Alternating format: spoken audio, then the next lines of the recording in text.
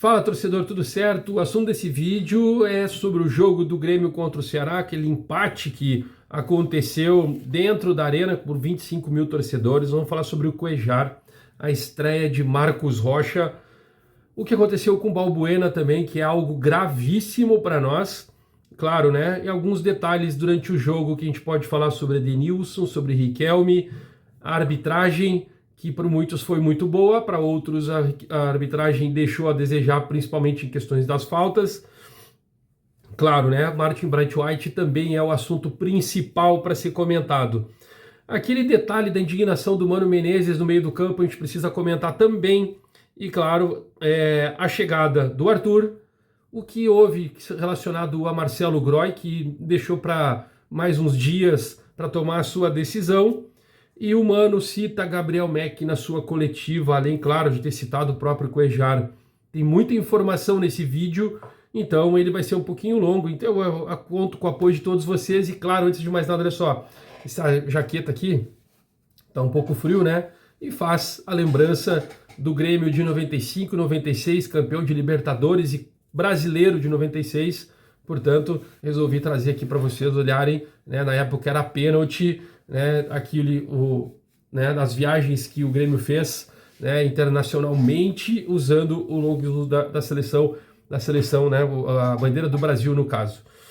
Vamos então a gente falar a respeito do jogo, mas ó, outro detalhe, ativo, né, para quem aí tá preocupado no seu dia a dia, no seu desempenho, pode tomar um ativo aqui e deixar o seu companheiro, a sua companheira muito feliz. Eu garanto para vocês que esse aqui principalmente vai ajudar vocês no seu desempenho. E aqui tem o dia a dia, né? Pode tomar todos os dias, vocês vão ter sempre uma disponibilidade maior durante o dia. E esse aqui é para quem tem dores. Então, olha só, dores nas articulações, ele combate, ajuda a combater e te deixa disposto todos os dias. Aqui é para aquela noite maravilhosa com seu companheiro, sua companheira, então acompanho, indico para todos vocês adquirirem o ativo. O link para vocês adquirirem vai estar no primeiro comentário aqui do vídeo e também vai estar no meu stories lá no meu Instagram, no stories do meu Instagram. Então, ó, @leonascimentos_, trazendo informação, comentário e análise para vocês aqui todos os dias. Gurizada, o jogo do Grêmio me deixou preocupado. O Mano Menezes foi com o que tinha de melhor, mas eu contestei já no início a escalação do meio-campo do Grêmio. Ele foi com o Thiago Volpi, normal, Marcos Rocha fazendo sua estreia, Balbuena, Kahneman e Marlon, Alex Santana e Cuéllar. No primeiro momento eu pensei, tem alguma coisa errada nesse meio-campo. E ele vem com 3 volantes, botando Edenilson, Alisson por um lado, Christian Oliveira por outro e Martin Braithwaite de centroavante. A jogada dele era que o Alisson tinha que compor o meio de campo para formar o tal meio armador, né? Ou médio, o médio pelo lado direito, né? Que faria aquele escape em velocidade como se fosse um extrema. E o Kiki Oliveira, o cara que saía em velocidade pela esquerda. Muitos não vão lembrar, mas o Mano escalou o time exatamente como jogava em 2005, 2006, 2007. Claro que as peças são totalmente diferentes. Mas para mim faltou o meia. Então ele queria que o Edenilson fizesse essa armação junto com o Alisson para poder fazer o time do Grêmio ter uma criação um pouco melhor, né, jogando com velocidade pelos lados. Vocês podem notar durante o jogo todo, o Grêmio jogou muito pelas laterais. Foram poucos jogos, poucas movimentações pelo meio de campo. E quando aconteceu no meio de campo, foi com o Cuéllar, na qualidade do passe, o desarme, a antecipação que ele tem, e ele voltou, né, pelo menos mostrou nesse jogo que ele está competitivo, algo que estava sendo colocado, né, sobre desconfiança durante o tempo em que ele está no Grêmio, desde que ele chegou, né? Então, esse é o detalhe, mas sem sombra de dúvidas, o Cuéllar é muito bom jogador. O Grêmio acertou muito nesse volante, que é um primeiro volante que sabe sair para o jogo. O Alex Santana me deixou um pouco a desejar. Às vezes ele se atrapalha com a bola, ele vai dominar e ela queima no pé dele. Daqui a pouco ele faz um drible do nada assim, faz um drible e ajuda. o time a achar um espaço no jogo e deixa alguém pifado. Então ele acaba fazendo isso. Ele tem muitas oscilações durante o jogo. Isso eu não sei por qual motivo, se é posicionamento, se é ânsia de jogar, ânsia de tentar decidir um lance. Ele precisa estar um pouquinho mais tranquilo nisso, né? Mas sempre com raça, que é o que o Mano pede no seu time. Bom, duas coisas, né? Balbuena é impressionante. A gente tem um baita de um zagueiro. É um baita de um zagueiro. O Grêmio achou esse cara, ele e o Kahneman são fundamentais para ser a dupla titular do Grêmio. Uma pena, né, que por conta de um incidente, né, ou um acidente de trabalho, o Balbuena está fora, praticamente fora da temporada. Eu não acredito que ele vai ficar fora, tá? Mas a informação que circula grande aqui é que o Balbuena está fora do Grêmio em 2025. Apesar que ainda tem setembro, outubro, novembro e dezembro de jogos. O Balbuena, o Grêmio emitiu uma nota informando, olha só a nota do Grêmio, informação, tá? Para quem ainda não viu, pode colocar. O Departamento de Ciência, Saúde e Performance do Grêmio Futebol Porto-Alegrense informa que o zagueiro Fabian Balbuena sofreu entorse no tornozelo durante o primeiro tempo do jogo contra o Ceará, precisando ser substituído após exames de imagem, e foi constatada uma fratura da fíbula do tornozelo direito. Nos próximos dias, o atleta seguirá em tratamento específico para esse tipo de lesão. O Grêmio tem como apurar, né, e agilizar esse tratamento. Eu acredito que novembro ali ele já está apto e vai pegar os últimos jogos de dezembro. Mas é uma pena, um baita de um zagueiro, um baita do zagueiro. O Grêmio achou o cara que precisava, o Mano pediu, e olha só, aí vem a questão do Mano no meio de campo quando termina o primeiro tempo, que ele vai lá tirar satisfação, o árbitro, né, ele não brigou, ele foi conversar, porque o Mano sabe que que tem uma perseguição, né? Nós aqui no Sul sofremos muito contra a arbitragem em todo o Brasil. Então tende, né, a pesar quando alguém faz uma reclamação desse tipo. Então o Mano foi conversar. Por que não deu amarelo pro cara? Por que não pôde expulsar? Por que não foi ver o lance no VAR? E tudo isso condiz com o lance que foi, num determinado momento, criminal. Mas eu não gosto de levantar suspeitas, né? Mas o Ailton bateu o jogo inteiro. Ele bateu no Fabian Balbuena, ele tirou. Depois ele bateu no Alisson. Depois ele foi em cima, se eu não me engano, do Riquelme. E nada acontecia. Nada acontecia. Mas enfim, ficou por isso mesmo. Eu reclamo da arbitragem nesse lado. Vamos seguir falando aqui sobre a arbitragem, pular um pouco dos outros dois itens que eu coloquei em sequência. A arbitragem ela foi muito bem, tirando esses dois lados, né? Porque até quando o Mano reclamou lá no meio de campo, ele pegou e falou assim: sim, o outro lance ali que eu não dei, podia ter dado cartão, eu não dei. Ele usou um critério diferente, ou seja, ele usou um critério que tu poderia bater, e se não sangrasse, tu, né, seguiria o jogo. Se tu estivesse sangrando, tomava um amarelo. Mais ou menos nesse sentido. E aí o critério do jogo, do jogo anterior, em que o Carlos Vinícius foi expulso, né, não conduz com o lance que teve o Balbuena. Então, assim, cada jogo o cara tem que entender o que o treinador a arbitragem vai passar. É um conselho aqui, né, que os dirigentes do Grêmio precisam conversar, né, com o árbitro, ou o árbitro ir no vestiário e explicar como ele vai conduzir. Ou ele faz isso na beira do gramado, como ele vai conduzir o jogo, para deixar todo mundo tranquilo, né, entender o que vai acontecer, qual é o critério dele. Se ele não falar o critério dele nesse momento, cada jogo vai ser algo diferente. E aí tu não pode mais pensar nas regras do jogo. É pela interpretação de cada um. Hoje eu vou com a tua cara, então eu vou marcar falta. Não vou com a tua cara, vamos deixar dar pancada, porrada, e vai seguir o jogo assim para todo mundo. Tá bem disparelho, bem desproporcional, e isso está atrapalhando sim os times, e eu estou falando aqui do Sul em geral, tanto Grêmio, Inter e Juventude. Tem dificuldade sim com a arbitragem em todos os jogos, não passa um. Mas o resto do Brasil também passa. Tudo bem, mas nós contra eles, no resto do Brasil, acontece isso. Não tem jeito, é aqui, em casa e fora, sempre. Nos outros jogos acontece também. Não, tem outros jogos não. Não, tem vários jogos aí que não acontece. Vocês podem pesquisar, olhar, ver, procura na internet, olha os vídeos no YouTube, olha os replays, olha os jogos de novo que passam na TV, assistam para vocês verem que não é em todo jogo não. Não vem com essa, porque isso não cai mais, isso não cola. Eu tô no caminho do humano e não é só por uma defesa, e sim pelo que é justiça. É nesse caminho. Mas futebol não tem justiça, né? Não tem justiça. Vocês lembram o que aconteceu, né, com o Bolanhos, né? Pois é, o cara quebrou 3 partes do queijo. Aconteceu com o Jefinho. Só aqui falando sobre Grêmio. Mas enfim, a parte boa do Balbuena, em termos, é que o Grêmio tem um substituto para ele, né? Eu fiquei preocupado naquele momento, assim, quem que o Grêmio vai colocar? O Gustavo Martins está machucado e tal, e não sei o quê. E aí eu me desesperei.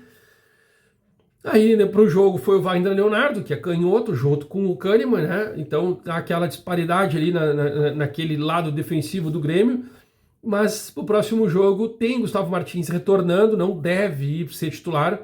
Mas o Eric Noriega, que já foi anunciado, que já tá no bid, tem condições de jogo, porque ele veio pro Grêmio um dia depois que acabou o jogo dele com a Aliança Lima.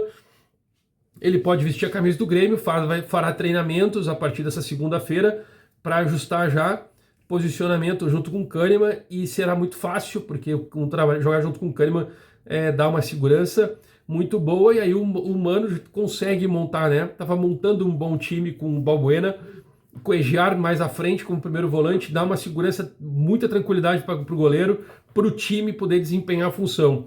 E aí, quando a gente vem para Marcos Leonardo, rapaz, que jogador. O Grêmio tem um especialista, né?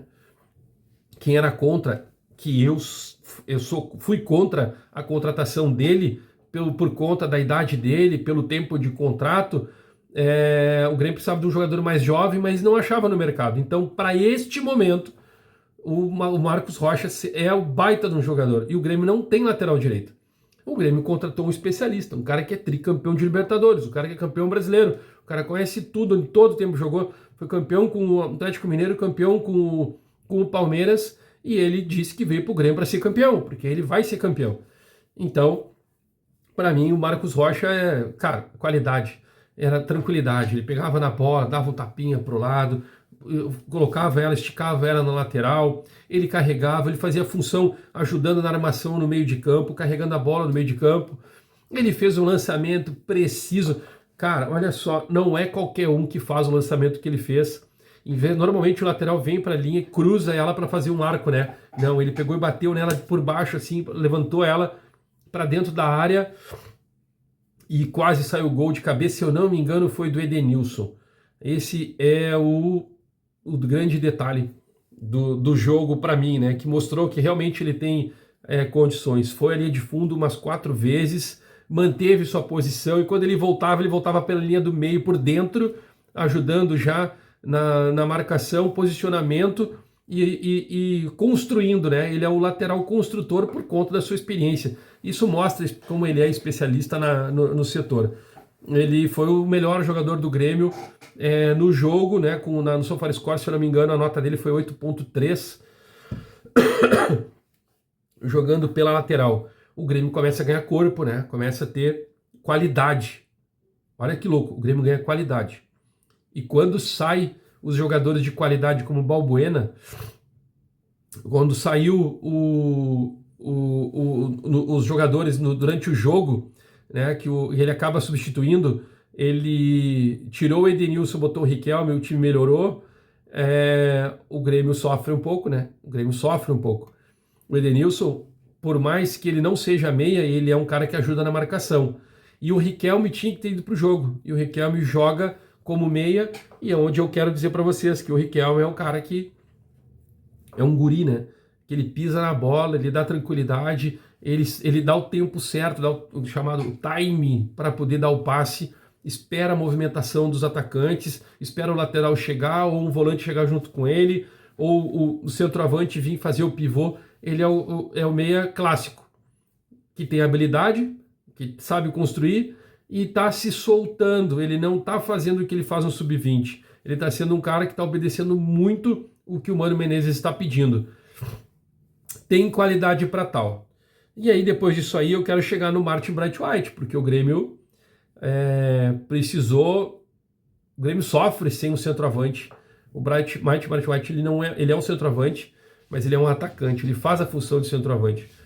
E para ele funcionar como um centroavante, ele precisa de um meia que jogue com ele. E o Grêmio não tem esse meia que joga com ele. O esquema que o Mano usa é um meia que a bola vem da diagonal ou da linha de fundo. Não tem um meia para fazer isso, né? Que é aquele meia que joga a bola ali. Até porque o Martin Braithwaite não tem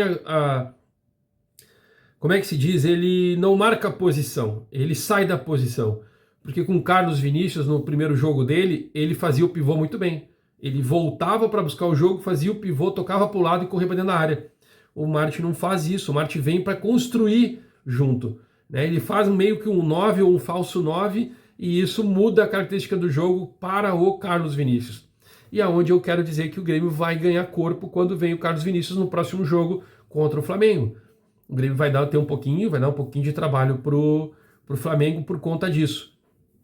Já provavelmente não terá o Riquelme, que também sofreu uma lesão, mas não foi diagnosticada, não foi divulgada pelo Grêmio ainda. Ele tem uma suspeita de lesão, né, que ele, na coxa, e o atleta foi fazer exames, né, de imagem para saber a gravidade da lesão, porque ele sentiu o músculo no posterior da coxa, né, sentiu, caiu na linha de fundo, botou a mão e saiu praticamente chorando do jogo. Então, ele pode ser que ele não recupere para o jogo do Flamengo. E aí a gente tem que saber quem será o meia. O Franco Cristaldo surge como um possível o cara para armação. E aí pode ser que mude um pouco a característica do Grêmio contra o Flamengo, porque o Grêmio é um time, o Flamengo é um time que vai para o ataque. O Grêmio precisa se defender bem e sair em velocidade. Mas com 3, né, com 2 extremas não vai dar certo. Aí o Mano vai ter que sacrificar um dos extremas. Ele vai tentar manter o Alisson como aquele meia de aproximação com o Franco Cristaldo, que não estava dando certo, porque o Franco não é um cara que faz isso. O Franco é um cara que joga para diagonal. Ele é o cara que fica atrás do centroavante. E o Grêmio ficaria num 4-4-1-1 seria com o Franco Cristaldo. Eu acho que seria dessa forma um jogo mais posicional para que as coisas funcionassem. Que pode ser que funcione, né? Com ele fazendo essa linha. E quem seriam os 4 volantes? E aí vem com o Cuéllar, o Alex, Edenilson, né? E aí tu pode sim colocar o Alisson, né? Talvez para ajudar naquela linha ali, né? Ou o próprio Kiki Oliveira, que tem força para voltar, né? Tem velocidade para voltar e recompor. Aí o Franco à frente e o centroavante, o Carlos Vinícius. Eu apostaria no próximo time assim, próximo jogo contra o Flamengo. Bem fechado e com uma construção muito forte pelo meio, né? Com o Carlos Vinícius fazendo esse pivô para que os extremas que fariam a função de meia entrassem em diagonal para tentar fazer algo e surpreender o Flamengo. Essa é a minha visão para o próximo jogo. Eu pensaria dessa forma, já que o Riquelme está fora e o Franco Cristaldo deve ser o titular para esse jogo. Se o Mano entrar nesse 4-3-3 que ele entrou contra o Ceará, eu não vejo boas perspectivas nem para tentar um empate com o Flamengo. Eu acho que nós vamos tomar uma pancadinha desnecessária por conta disso. E a tabela nos dá uma preocupação muito grande quanto a isso. Martin Braithwaite, no final do jogo, ele dá uma entrevista, né? E diz que deixa muito claro, né? Após o empate com o Ceará, ele deixa muito claro, não ganhamos por culpa minha, porque ele teve um lance do jogo, né? A bola chegou no pé dele, ele chutou e botou a bola na trave, né? Teve a movimentação dele também, teve isso. Ele saiu vaiado do jogo, e isso é impressionante, né? Ele saiu vaiado, e os números dele mostram que ele é um jogador importante. Ele tem grandes números no Grêmio, né? Então as pessoas meio que colocam ele como culpado sem necessidade. É a questão de posicionar mesmo o jogo dele.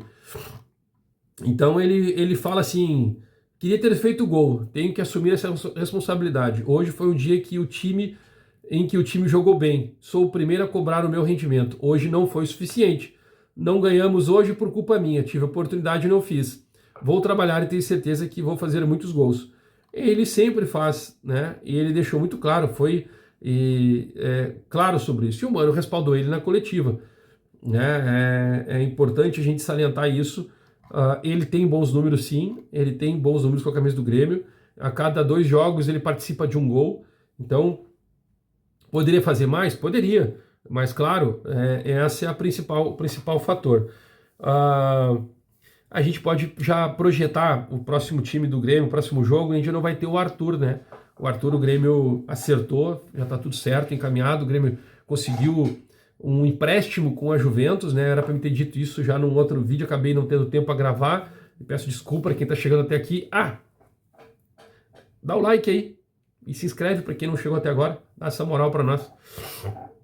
E aí o Arthur, o Grêmio chegou num acordo, ele vem para o Grêmio por 1 ano de empréstimo, né? E com um salário um pouco mais de 2 milhões de reais e com metas para atingir um valor bem maior. O Arthur ganha na casa aí de 4 milhões de reais por mês pela Juventus. E o Grêmio vai pagar o salário dele, que acertou com o Grêmio para esse pagamento, né? E aí o time do Grêmio começa a ganhar uma cara diferente. Aí tu pode pensar no time, se liga. Tu vem com o Thiago Volpe, e eu vou tocar no assunto do Marcelo Groy daqui a pouco. O Thiago Volpe, Marcos Rocha, pode ser o Balbuena que tá fora, né? Mas aí tu vem com o Eric Noriega, Kahneman e Marlon. Não tenho o que reclamar. Cuejar, e aí tu vem com Cuejar e Arthur.